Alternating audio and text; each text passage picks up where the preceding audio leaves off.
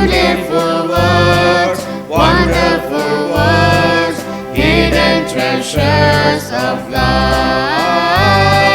Beautiful words, wonderful words, hidden treasures of life.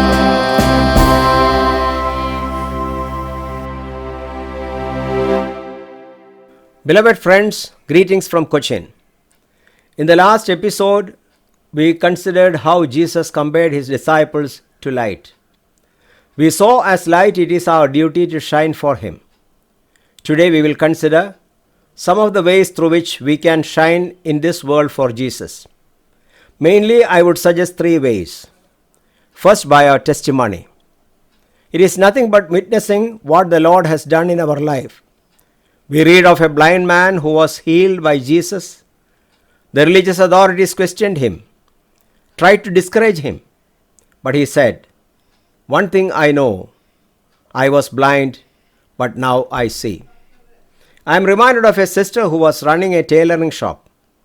She wanted to testify Jesus, so she made a wall writing which read like this: "We can mend your clothes, but only Jesus can mend your heart," with a painting of Mary Magdalene weeping before the risen Lord with a question, "Need prayers? Let us pray with you." Later, the owner of the shop testified that many, after reading this, expressed their desire to know more and came to know the Lord. So be on an outlook for a chance to witness. Secondly, by your conduct and life.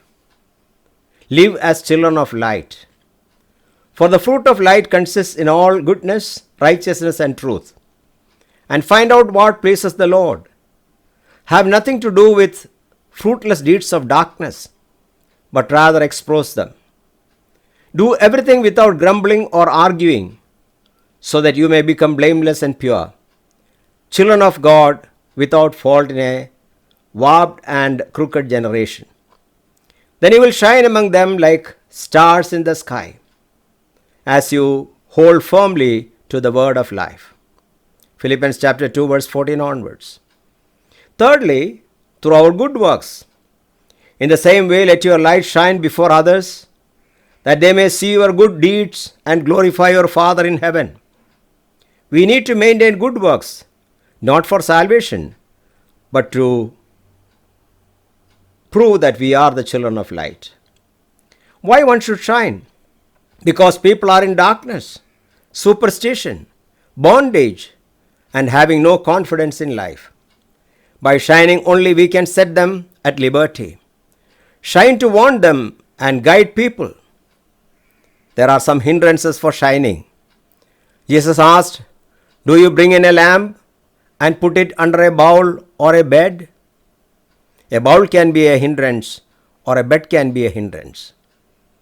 A bowl, as you know, is a measuring vessel, speaks of business, love of money. Money is needed, but improper love for money is evil, because of which many have wrecked their faith. A bed shows rest, laziness, the complacency that 4 months are still there for the harvest, as Jesus told his disciples in John's Gospel chapter 4 and verse 35. One who is slack in his work is brother to one who destroys.